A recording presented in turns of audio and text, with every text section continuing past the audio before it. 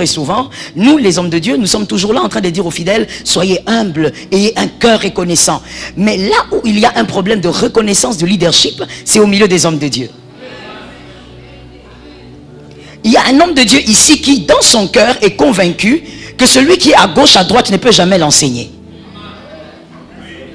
Les hommes de Dieu nous disons, non mais attendez, il est bon, mais vous savez, dans telle chose, quand il enseigne, il y a trop de dérapage. Mon frère, ici il s'agit des hommes.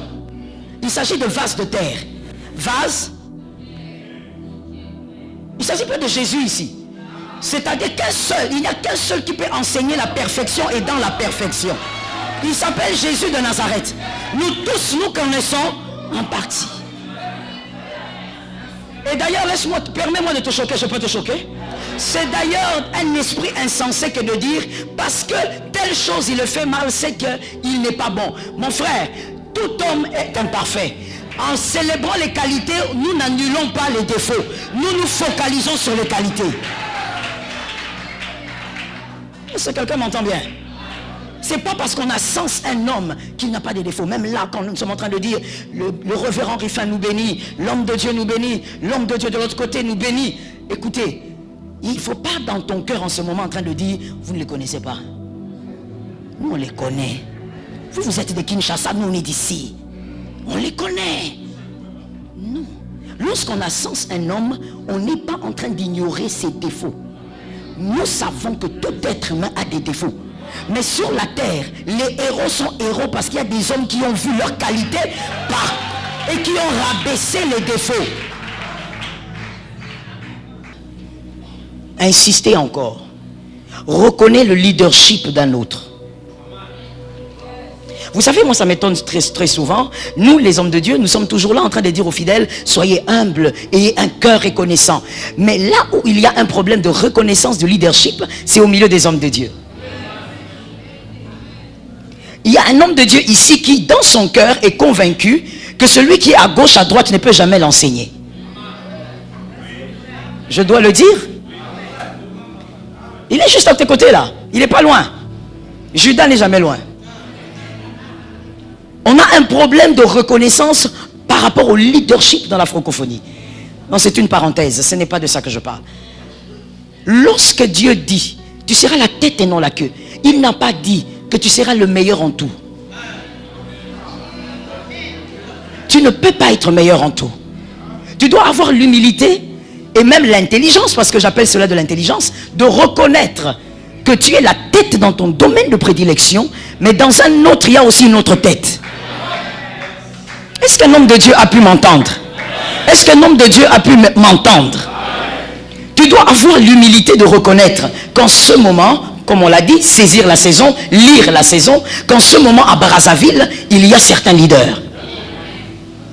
Te mettre derrière ces hommes ne te pétifie pas. Un groupe ne devient pas fort en allant tous ensemble de la même manière. Il faut qu'il y ait quelqu'un devant et les autres derrière. Je sens que la jalousie est un peu accentuée ici. Il y a une bonne dose de jalousie dans cette salle. Il faut avoir la capacité de reconnaître l'autre, mon frère. Si tu ne sais pas reconnaître l'autre, qui te reconnaîtra? Tu dois être capable d'avouer, de reconnaître que celui-là fait mieux que toi. Est-ce que quelqu'un m'entend bien? Oui, tu regardes l'autre, tu dis, attends, c'est vrai qu'on tient nous deux le micro, mais celui-là, il est fort dans son domaine.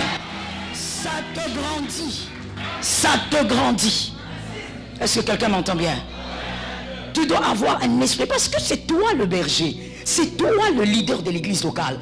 Qu'est-ce que tu vas communiquer aux fidèles si toi-même tu es incapable de reconnaître que dans cette saison, le Seigneur a fait grâce à tel leader? La sexualité au mariage et à la moralité.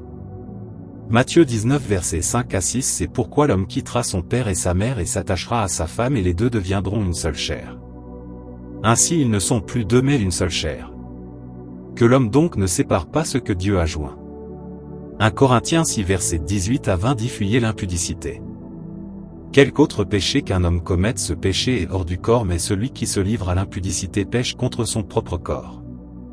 Ne savez-vous pas que votre corps est le temple du Saint-Esprit qui est en vous que vous avez reçu de Dieu et que vous ne vous appartenez point à vous-même? Hébreux 13 verset 4. Que le mariage soit honoré de tous et le lit conjugal exempt de souillure, car Dieu jugera les impudiques et les adultères. 1 Thessaloniciens 4 verset 3 à 5. Ce que Dieu veut, c'est votre sanctification, c'est que vous vous absteniez de l'impudicité, c'est que chacun de vous sache posséder son corps dans la sainteté, l'honnêteté, sans vous laisser entraîner par la convoitise comme font les païens qui ne connaissent pas Dieu. Proverbe 5 verset 18 à 19 dit que ta source soit bénie et fais ta joie de la femme de ta jeunesse biche aimable, grâce ravissante. Sois en tout temps enivré de ses charmes, sans cesse épris de son amour. Ces versets reflètent les enseignements bibliques sur la sexualité, le mariage et la moralité. Genèse 5 verset 24. Enoch marcha avec Dieu, puis il ne fut plus parce que Dieu le prit. 2 Rois 2 verset 11. Comme il continuait à marcher en parlant, voici un char de feu et des chevaux de feu les séparèrent l'un de l'autre, et Élie monta au ciel dans un tourbillon. Jean 11 verset 25 à 26. Jésus dit à Marthe: Je suis la résurrection et la vie. Celui qui croit en moi vivra même s'il meurt, et quiconque vit et croit en moi ne mourra jamais. Hébreux 11 verset 5. C'est par la foi qu'Enoch fut enlevé pour qu'il ne vit point la mort et qu'il ne parut plus parce que Dieu l'avait enlevé, car avant son enlèvement il avait reçu le témoignage qu'il était agréable à Dieu. 2 Timothée 1 verset 10.